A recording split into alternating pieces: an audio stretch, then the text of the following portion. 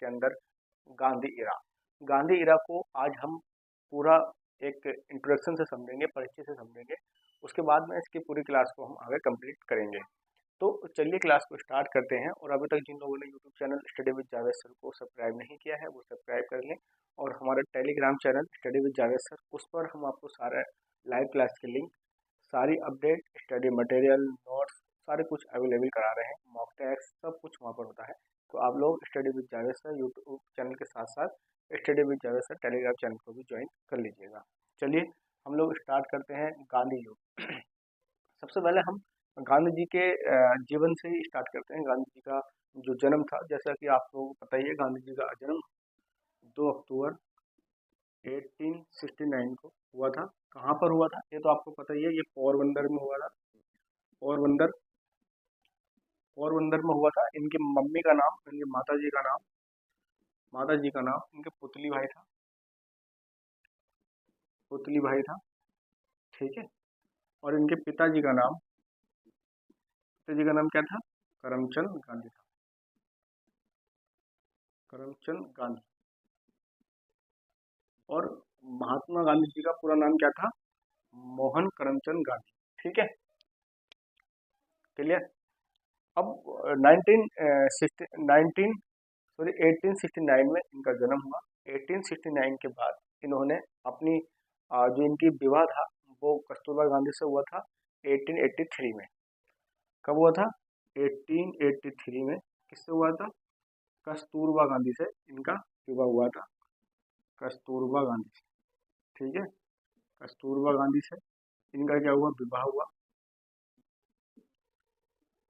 कब हुआ? 1883 में। इतनी बात क्लियर है। उसके बाद 88 में इन्होंने क्या किया? अपनी वकालत की पढ़ाई इन्होंने कंप्लीट कर ली। क्या की?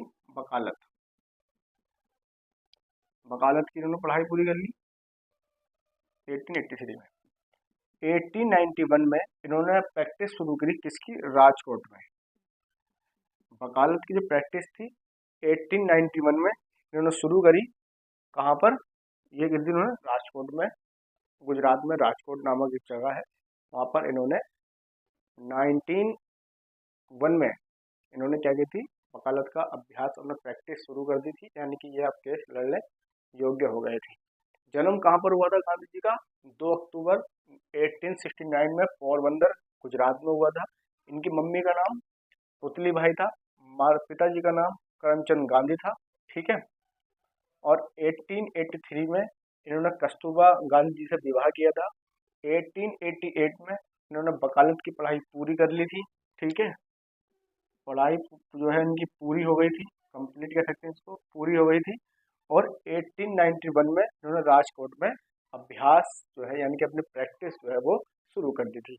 गांधी जी का इतना जो है ये बेसिक इनका परिचय है, यानी कि आप कह सकते हैं कि इन्होंने यहाँ तक तो था इनका एक नॉर्मल परिचय था। अब सिचुएशन क्या आती है 1983 में, सॉरी 1893 में, 1893 में 1893 में कंडीशन क्या आती है? गुजरात के जो एक व्यापारी है, जिनका नाम है दादा अब्दुल्ला। दादा अब्दुल्ला का एक मुकदमा होता है साउथ अफ्रीका में। साउथ अफ्रीका में गांधी जी दादा भाई अब्दुल्ला का मुकदमा लड़ने के लिए साउथ अफ्रीका जाते हैं 1893। 1893 में गांधी जी भारत से गुजरात के व्यापारी दादा अब्दुल्ला का मुकदमा लड़ने के लिए साउथ अफ्रीका पहुंचते हैं। कौन सी जगह पर? नेटाल में पहुंचते हैं। नेटाल एक नामक जगह है साउथ अफ्रीका में। ये वहां पर पहुंचते हैं दादा भाई का मुकदमा लड़ने के लिए। आई होप इतनी चीज़ें आप लोगों को क्लियर हो चुकी होंगी। अगर कोई दिक्कत, कोई समस्या, कोई परेशानी तो आप कमेंट बॉक्स में अपनी बात को लिखकर हम उसका जवाब आपको दे देंगे, ठीक है। कहानी समझ में आई? इतना नॉर्मल परिचय था। गांधी जी पैदा कब हुए थे? 2 अक्टूबर 1869 में उनका जन्म हुआ था। उनका विवाह कब हुआ था?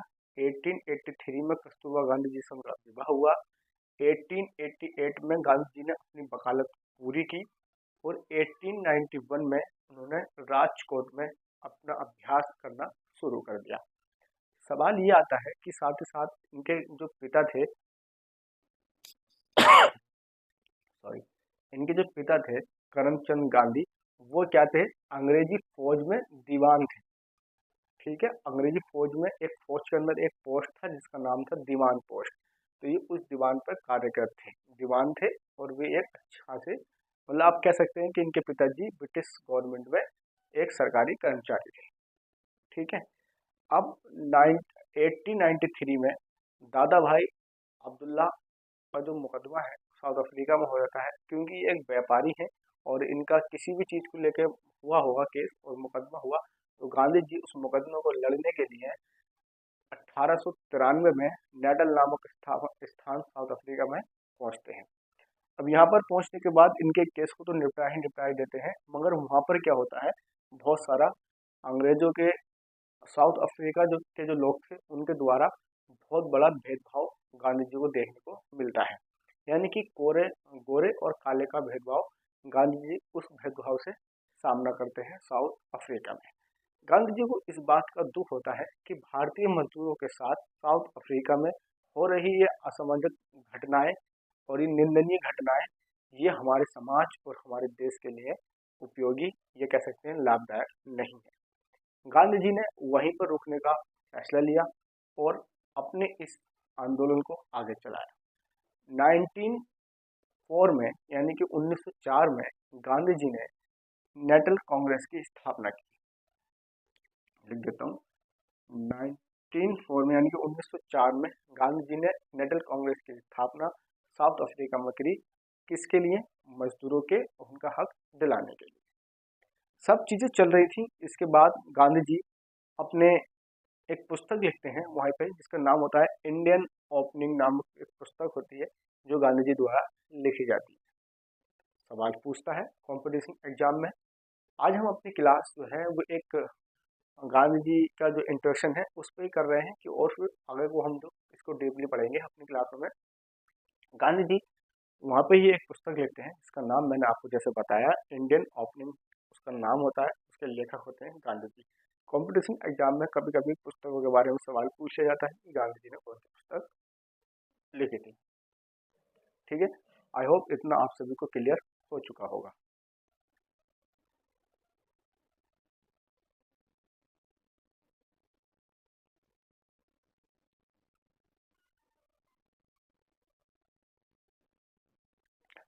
साथ ही साथ अब हम आगे की घटना की चर्चा कर लेते हैं। 1901 में, 1904 से पहले गांधी जी 1901 में भारत आ जाते हैं। 1901 में भारत आने के बाद गांधी जी दोबारा जाते हैं साउथ अफ्रीका, फिर 1904 में नेशनल कांग्रेस की स्थापना की जाती है। ठीक है, इसी के साथ साथ अब मैं इसको रफ कर देता हूँ और उसके बाद हम सीधे चलते हैं 1907। 1907 का थोड़ा सा मैं आपको बता दूं। 1907 में एक ब्लैक एक्ट आता है। कहाँ पर? साउथ अफ्रीका में। अभी गांधी जी भारत में नहीं, अभी गांधी जी भारत की राजनीति से दूर दूर तक कोई अभी इनका अभी लेना देना नहीं। गांधी जी अभी साउथ अफ्रीका में है और साउथ अफ्रीका में भारतीय मजदूरों के हक की लड़ाई लड़ रहे हैं। साउथ अफ्रीका की गवर्नमेंट के द्वारा 1907 में एक ब्लैक एक्ट लाया जाता है, जिसे जिसका ओरिजिनल नाम जो है वो होता है registration Asiatic registration act, Asiatic registration act, जिसे गांधी जी ने ब्लैक एक्ट के नाम से पुकारा। एशियाटिक रजिस्ट्रेशन एक्ट 1907, इसके बारे में हम चर्चा करते हैं। उससे पहले इसको हम रफ कर दें अगर कोई दिक्कत आपको नहीं हो तो।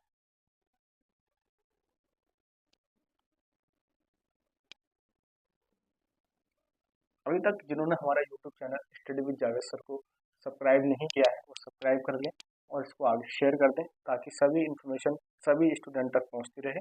और इसके आगे की कहानी हम आप लोगों को स्टार्ट बता रहे हैं। सभी क्लासेस लाइव चलती हैं हमारे यूट्यूब चैनल पर।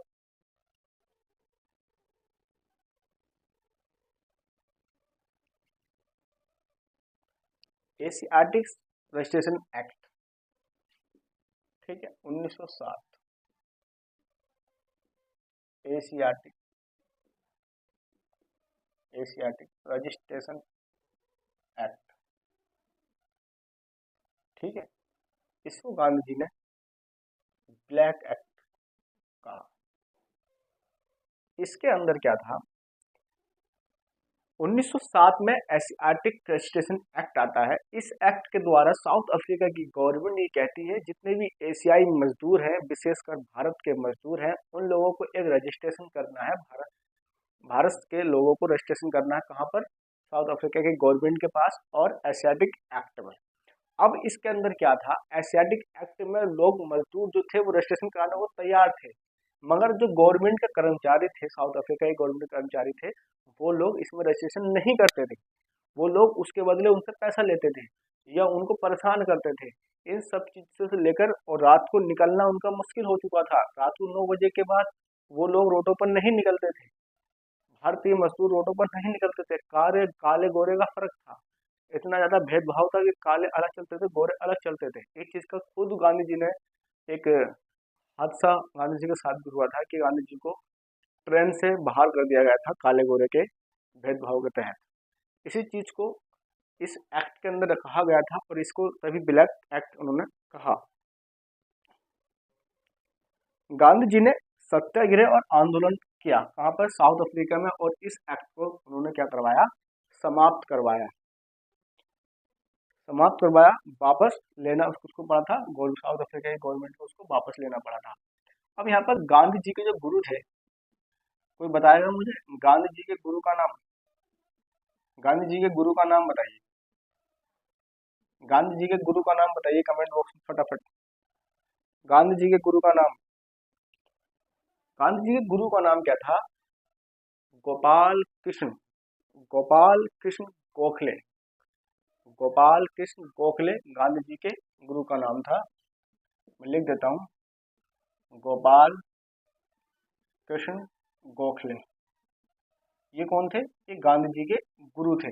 गांधी जी इनसे ही सब चीज़ों को सीखते थे, यानी कि जो पॉलिटिशियन कह लीजिए आप इनको, पॉलिटिशियन जो पॉलिटिक्स की डाउट पेश होते थे, गांधी जी इन्हीं के द्वारा सीखते थे। अब इस सिचुएशन को आप लोग समझ गए होंगे। अब गांधी जी 1915 का समय है। गांधी जी लगभग लगभग 1900 आप कह सकते हैं कि 1893 में गए थे। उसके बाद लगभग लगभग 10 से 12 साल गांधी जी साउथ अफ्रीका में रहे।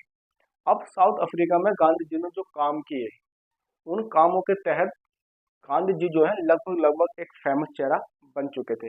भारत के लोग, जो लोग उस समय थोड़ा सा धनवान थे, जो लोग टेक्निक, जो उस वक्त के जो टेक्निक थी उसका यूज करते थे, तो उन लोगों को पता था कि गांधी किस चीज का नाम है, और गांधी देश विदेश की मीडिया में भी फेमस हो चुके थे।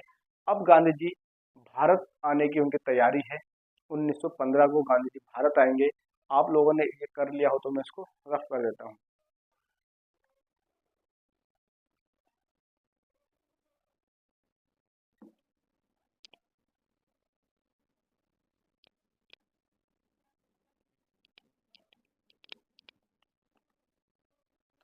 उन्नीस सौ पंद्रह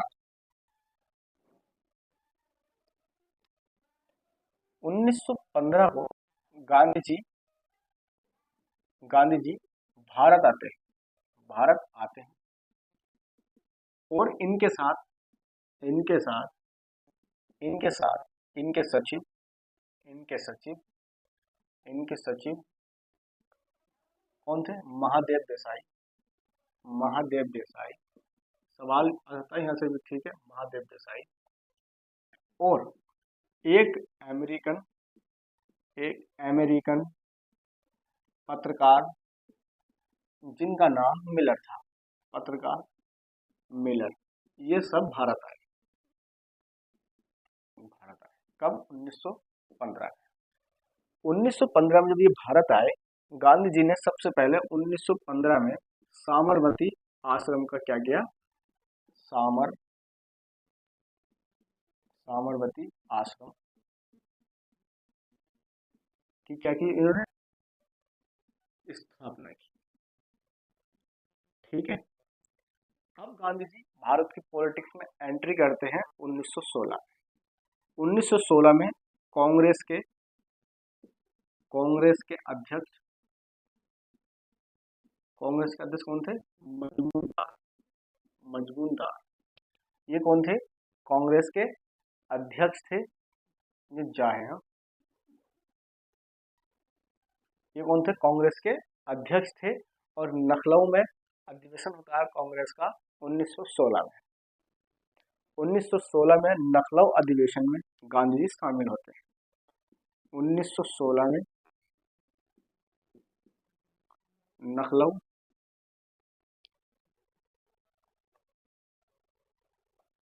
1916 में गांधी जी लखनऊ कांग्रेस अधिवेशन में शामिल होते हैं।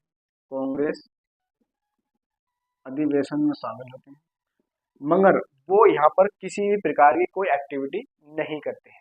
वो सारी चीज़ों को समझते हैं। समझने के बाद गांधी जी उस परिस्थितियों में उस अधिवेशन में कांग्रेस को ज्वाइन करते हैं, और कांग्रेस को ज्वाइन करने के बाद वो कोई भी प्रतिक्रिया अपने पास से नहीं देते हैं। अब जो है कांग्रेस में गांधी जी आ चुके हैं, भारत में उनकी एंट्री हो चुकी है।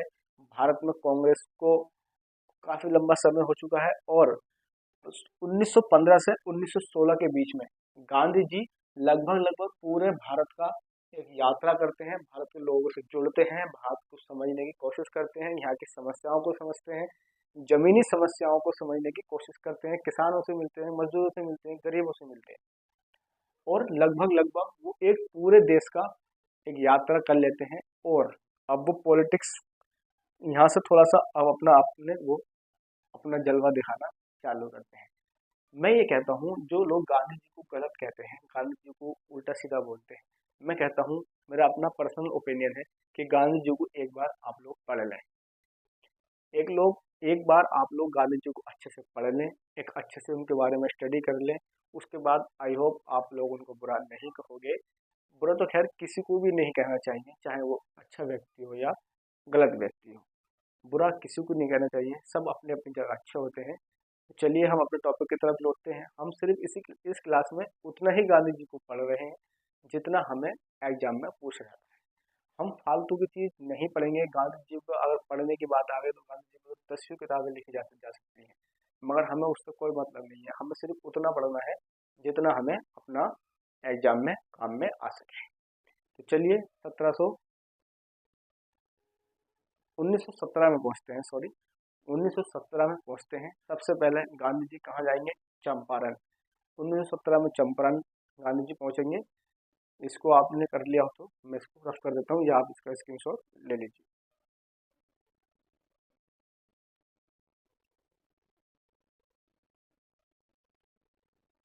1917 में पहुंचते हैं। Date by date, year by year मैं आपको गांधी जी के बारे में बता रहा हूँ, ठीक है। गांधी जी के बारे में मैं डेट बाय डेट आपको बता रहा हूँ, ईयर बाय ईयर, उनके जन्म से लेकर उनके किए गए कार्य तक। देखिए डेट बाय डेट कैसे। 1869 में जन्म हुआ, 1863 में विवाह हुआ, 1808 में वकालत पूरी करी, 1891 में वकालत स्टार्ट करी राजकोट में, 1893 में कहाँ पहुँच गए आप? साउथ अफ्रीका पहुँच गए, यहाँ साउथ अफ्रीका रहे। 1901 में भारत आए, उसके बाद फिर साउथ अफ्रीका पहुँचे। 1904 में नेशनल कांग्रेस की स्थापना करी। उसके बाद तक लगातार भारत वहाँ पर रहे। 1907 में एशियाटिक एसोसिएशन एक्ट का विरोध किया और उसको समाप्त करवाया। उसके बाद भारत आते हैं 1915 में। 1915 में भारत आने के बाद दो कार्य करते हैं।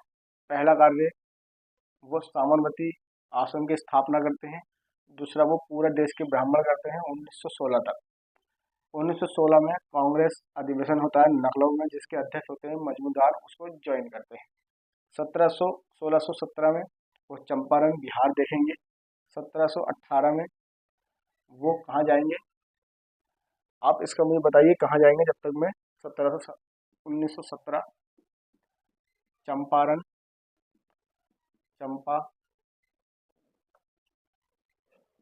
चंपारण बिहार की बात कर लेता हूँ। यहाँ पर इनको किसने बुलाया था? राजकुमार शुक्ला जी ने इनको यहाँ बुलाया। आप इसको लिखिए जब तक मैं मार्कर में इंक लगा लेता हूँ, ठीक है। जब तक मैं मार्कर में इंक लगा लेता हूँ। आई होप आपने समझ लिया। इन चीज़ों को आप समझ लेना ध्यान से। ये डेट बाय डेट मैंने आपको इतिहास पढ़ाया है। 1917 चंपारण बिहार, राजकुमार शुक्ला जी के बुलावे पर ये चंपारण राजकुमार शुक्ला जी के बुलावे पर गांधी जी चंपारण पहुंचते हैं। चंपारण की समस्या क्या थी? ये चंपारण की समस्या किसानों की समस्या थी।